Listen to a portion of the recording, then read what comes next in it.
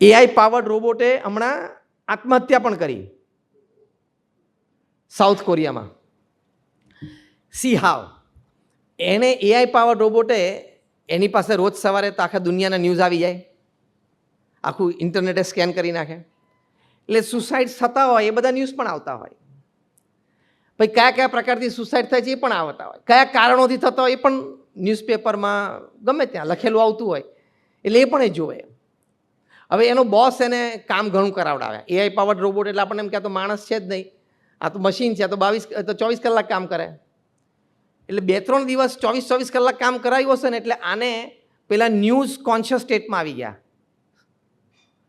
કે ભાઈ બોસ બહુ કામ કરાવે ને તો જાપાનમાં 2-3 જગ્યાએ એવી ઘટના બની છે કે એ એમ્પ્લોયીએ 6ઠા-10મા માળેથી કૂદકો મારીને આત્મહત્યા કરી છે. તો કે મને મારો બોસ બહુ કામ કરાવે છે, એટલે એઆઈ પાવર્ડ રોબોટ દોડીને ગેલેરીમાંથી 6ઠ્ઠા માળેથી કૂદ્યો અને આત્મહત્યા કરી. Very near to human sensation.